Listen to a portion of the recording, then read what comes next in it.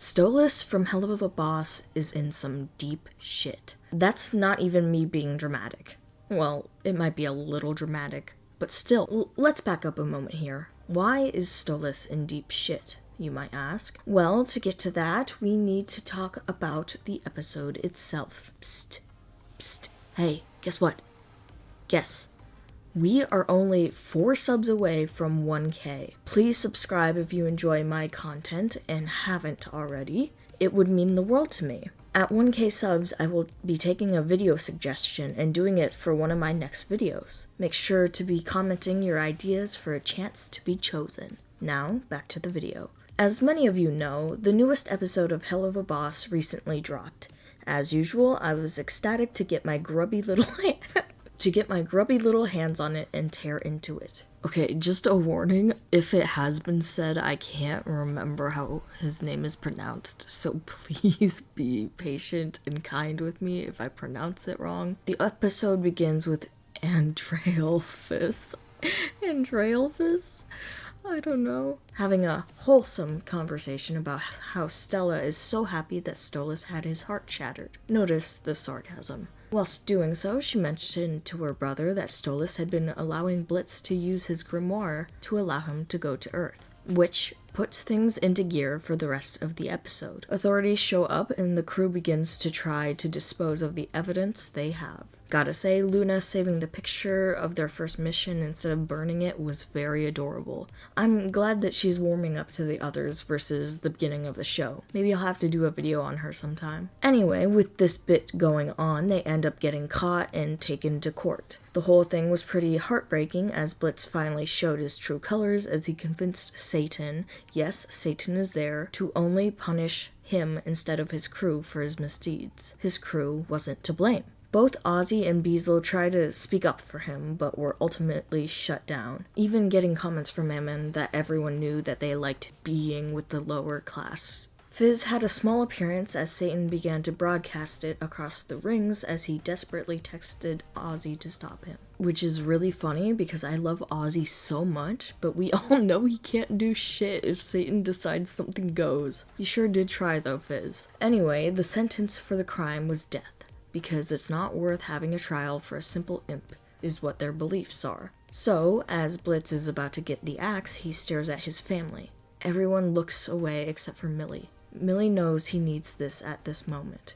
She knows she needs to be his rock. As Blitz finally tells his crew that he loves them. As he's about to get axed, our view shifts away from him and, what do you know? Stolas saved him.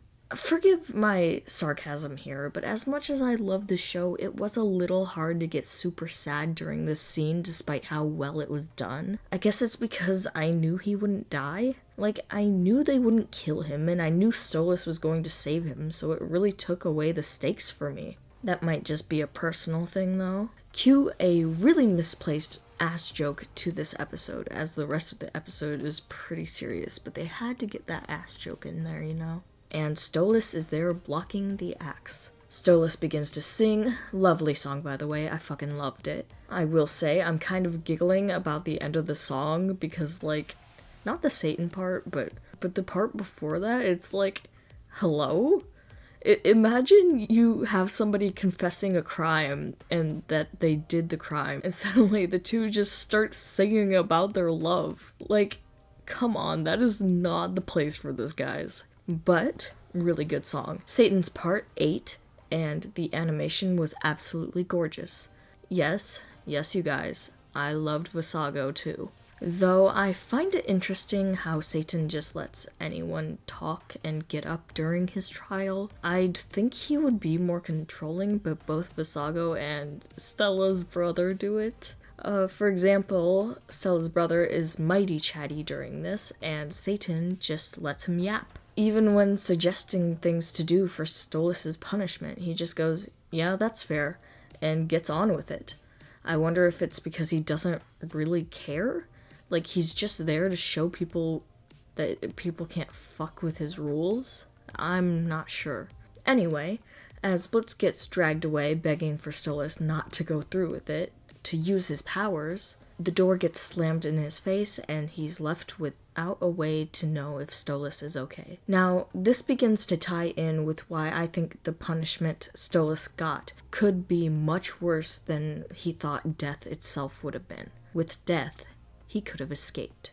Now, what I want to bring up probably won't happen in the show because in the trailer for this season, we literally hear Octavia yelling at Stolas, so I'll get to that in a second. However, what I want you to consider is that when Stolas is about to lose his life, Octavia is watching on the screen before running away and being confronted by her mother. She sobs, hugging her as Stella grins like the little shit she is. Stolas gets told that his powers are revoked along with his status and everything he owns for the next 100 years. We see the panic begin to set in as he realizes what that entails. He asks what that means for Octavia, and once more Stella's brother says she'll go with her mother. Satan again agrees and closes the case. When Stolas leaves, he immediately encounters the first problem. Now that he's no longer any more powerful than the rest of Hell, people treat him like shit because they can. Because that's how the royals treat them. As Blitz takes Stolas home, we see inklings of a revolution that may begin in future episodes. People are cheering for Blitz. So that makes me wonder if there's gonna be a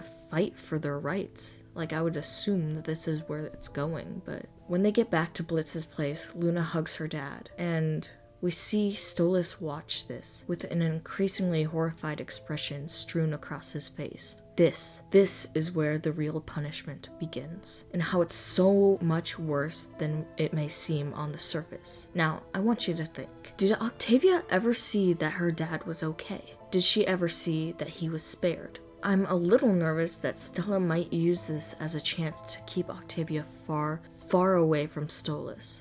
She could probably even convince Octavia that Stolas is dead. It wouldn't be hard if she hadn't seen it happen. If this were to happen, it would drastically change the stakes for Stolas' situation. 1, he has no power to be able to force his way to see his daughter. 2, who knows if he'd even be able to contact her now that he has no power and Stella can just keep her away. 3, he now has to be reminded of her daily with Blitz and Luna. Something that is a little funny to me is how worried about Octavia Stolas is, despite the fact that she would have ended up with her mother if he had died anyway. It seems a little interesting to me. Maybe he just didn't think about it until now. But, now he has to live with it. He has to live every moment of his passing days knowing that Octavia is with his abusive ex. He has to live every moment knowing that he won't get to see her like he used to. Stella hates him. There's no way she would let him see his daughter without a fight. And that's what scares me the most. We already know Octavia and Stolas' relationship is iffy, and it's easy to take the side of a person when you've only heard one side of the story. Octavia is probably going to be upset that he chose that imp over living. He was willing to sacrifice himself for him without thinking of what it might do to his daughter, without considering how it would affect her, especially now that he's gone. In the trailer, Octavia says that he's never loved her mother and he doesn't love Octavia. And I find that interesting because, no, he doesn't love Stella, and that's completely okay because it's something he was forced into. But he does love Octavia, which is the sad part. What I'm wondering is how Octavia's relationship is with Stella, because I feel like we haven't seen it a lot. But to me, it seems like Octavia is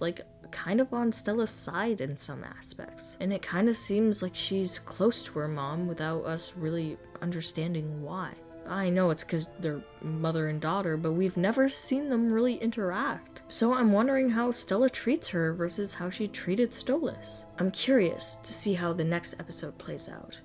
Because if it goes the way I'm thinking it's gonna go, well, we're going to be in for a ride.